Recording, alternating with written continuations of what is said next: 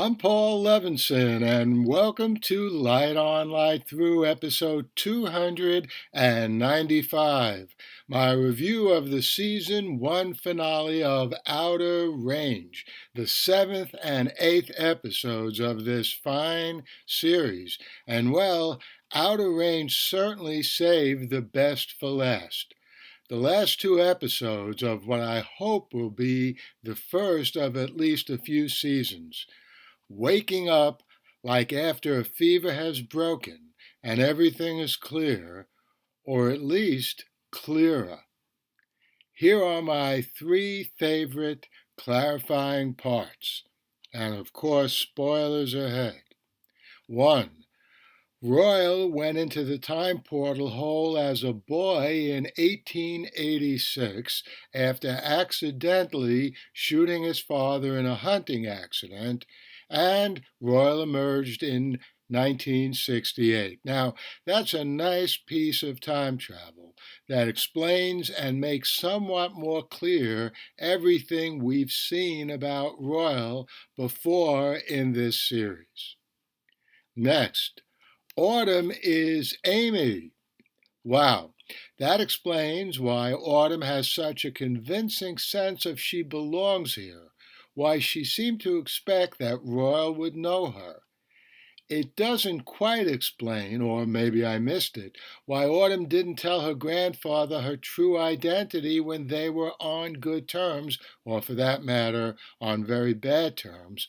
But Amy being Autumn is another fine example of what you can do with family narrative when a time portal is available. And that herd of buffalo as one of the most destructive weapons or catastrophes to come down the pike or the plains of a time travel story, or any story for that matter, in a while, well, that was brilliant too. I would have probably entitled this last episode not the West, but Shuffle Off to Buffalo. So let's see where we stand now. Royal, hearing those approaching hooves, with the kettle shaking, just as he finished finally telling Cecilia what was going on, was a great way to end the season. How many people did those bison from the past actually kill in their stampede in our time? Or, more germane to the series, how many characters that we've come to know succumbed to those bison? It seems that Autumn survived the trampling. She was moaning when Royal approached her on the ground, so she wasn't dead then, and he carried her home. Now, I suppose he could have just been carrying home her body, but I don't think so, and I certainly hope she's alive.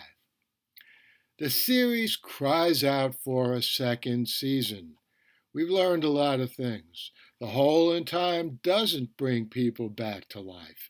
It shunts them into another time, into the future as well as the past, right?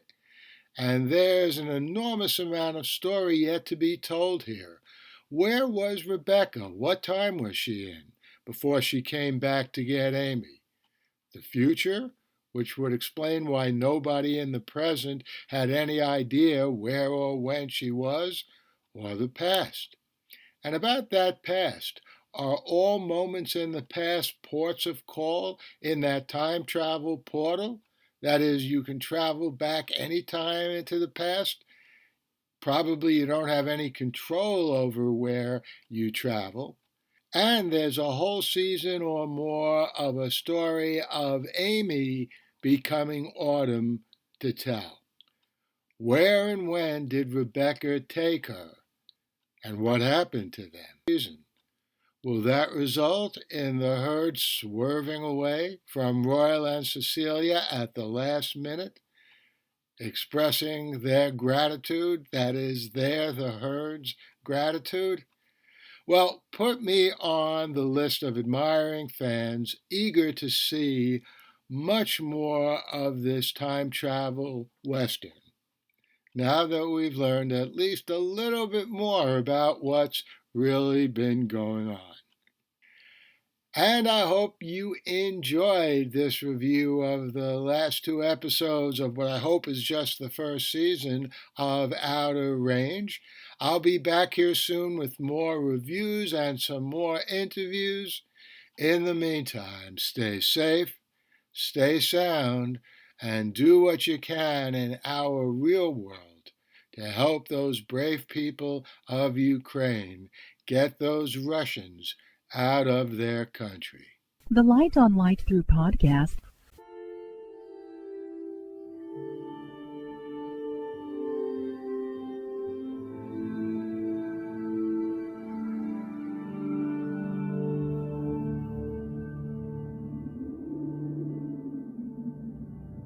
Athens, 2042 AD. She ripped the paper in half, then ripped the halves, then ripped what was left again into bits and pieces of history that could have been. Sierra Waters had read once that, years ago, it was thought that men made love for the thrill, while women made love for the sense of connection it gave them. Curled Up with a Good Book says, Sierra Waters is sexy as hell. You can find out more about The Plot to Save Socrates by Paul Levinson at theplottoSaveSocrates.com. Paul Levinson spilt code about an ancient biotech war raging on in secret for centuries.